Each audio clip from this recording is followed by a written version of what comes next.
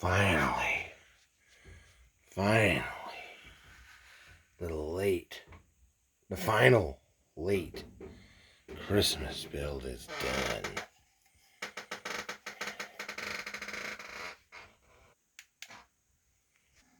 This present is still, it's the final, on the final late Christmas car build. Yeah, this was a surprise. The overall construction is really crappy and fiddly, finagly, and poorly engineered parts, and almost no secure attachment points for the majority of parts.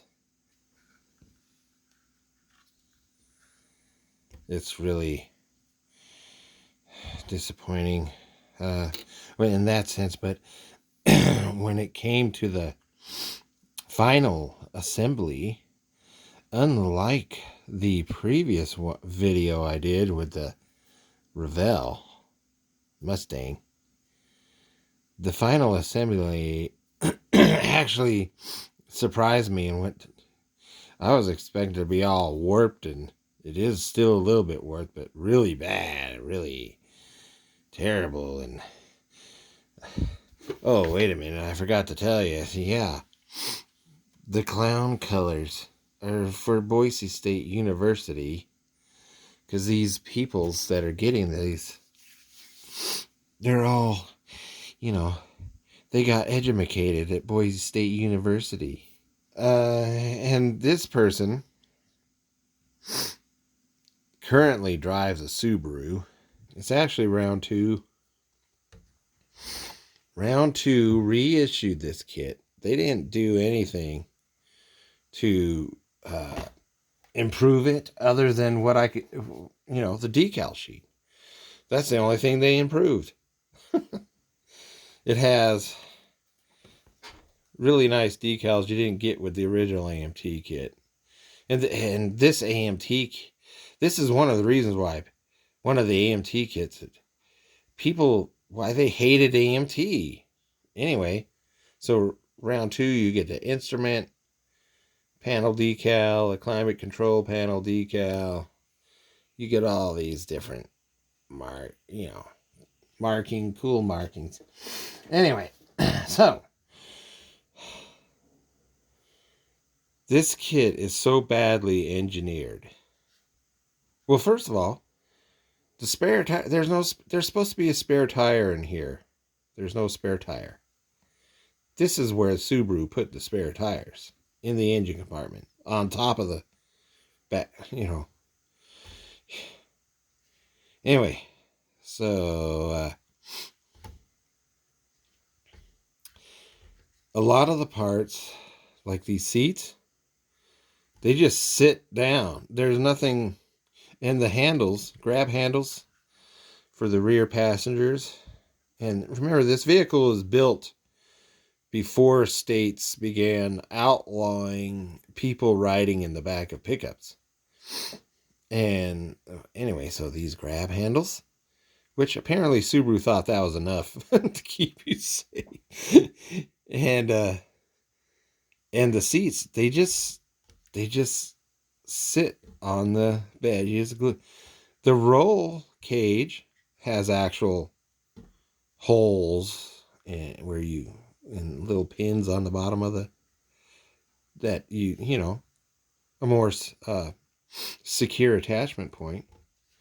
But another one is this rock guard. It just sits on the bottom of the engine and front of the chassis under this roll pan valance thing, which it too just sits on the rock guard and 2 points on the chassis frame under here. And I had to, for expediency, you could spend time to make this tailgate work, but for expediency, I said, nope. working against the clock here. So but to glue it in place, I still had I had to trim the inside of the bed's frame and the outside of the tailgate to get it to fit in there flush. And you can see a kind of there's a slight warpage, and that's because before you bring together the body, interior tub, and the chassis, they are all looking, at least in this kit, they were looking really warped. And I was thinking, this ain't going to be good. And I had already attached, that's another thing. You have to put the wheels on first. Well, anyway, and so just the chassis with the wheels, it was like somebody went, twisted it. But once I forced them together, and then I actually clamped the back bed and the chassis. And once I did that, and I had to really, it's kind of no way to clamp it other than the chassis in the front of the body part here, except to hold it with my hand. Once I did all that, all of a sudden, all four tires are sitting flush on the ground. It's still slightly warped though, and you can see the big gaps and the small. Everything fits so loosely. And then let me see. So these suspension parts, which in an earlier video I thought, oh, that was really finagly, and they are. So you get a strut, and you have 2 points here you glue it to, and then you're supposed to glue the strut here on the bottom, and then there's a hole in the top of the fender that you're supposed to glue it to, and you can't, because they don't reach. The struts are too short to reach the top of the fender in there. It's like there's just way too much space. They're just too short to reach. Oh, let's look at the back here. They didn't even put shocks on the back. Where are the shocks? And then maybe you can't tell because the mounting hole for this is a part of the control arm suspension drive shaft. Oh, anyway, so the mounting hole here is right up against this frame member, but the one over here, there's a huge gap between the frame member and this suspension part. In other words, it's crooked. It's not square with the frame. And then you have the drive shafts are supposed to go through here to the wheel spline on the real car anyway, but they don't on the. You can't look at that gap there, and then this one doesn't even line up. That doesn't even line up with that, and then it's the same on the front, but you can't see it because it's hidden by this suspension parts. Anyway, so and the wheels, I put them on so they can roll, but they barely roll. And I even widened the hole in the wheel. Jeez. So I have to tell them, don't play with this because you'll snap your suspension parts off. The front is even worse. If you're going to push them, if you're going to play with it, you're going to break it. Where's my recommendations? Oh yeah, let's also show. So round 2, just all they did, this is one of round 2's special retro vintage issues where they don't change anything. Instructions are reprint of the original instructions, which means they're really bad. They're really vague. Steps, let me see if they're... So you put the motor together, motor and transmission. And they go from this step to, bam, it's already in the chassis. Well, you have to, because you see, the drive shafts are attached to the transmission.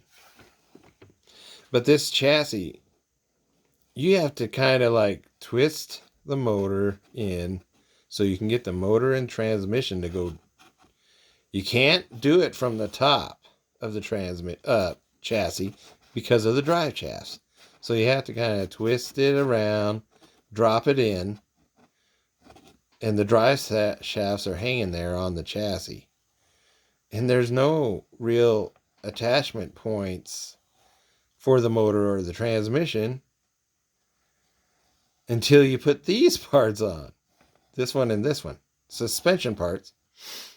Because the underside of this one is where the motor, you glue it to that. And this one has a transmission. The transmission mount is on the other side of that, and it connects to the transmission. But you have to twist that around. But these instructions don't give you any clue about that. So you're like, what the... I was even thinking about cutting the drive shafts off, but no, that wouldn't work either. But that's just an example of... This is another reason why a lot of people did not like the AMT kits. So I don't recommend this for beginners. I don't recommend this for... If you think you're going to get an accurate Subaru, no, you're not at all. No. You will have to do a lot of work to make this be considered an accurate Subaru. It looks cool. I'm kind of thinking maybe I'll get another one to hot rod. Put a V8 in it. Put a US 4x4 truck suspension on it. Get rid of all this crap. Put a V8 and a big US transmission in there. And, maybe put it on a Jeep chassis. I don't know, but because the body looks cool. So that's, I would only recommend this for something that you're going to radically customize.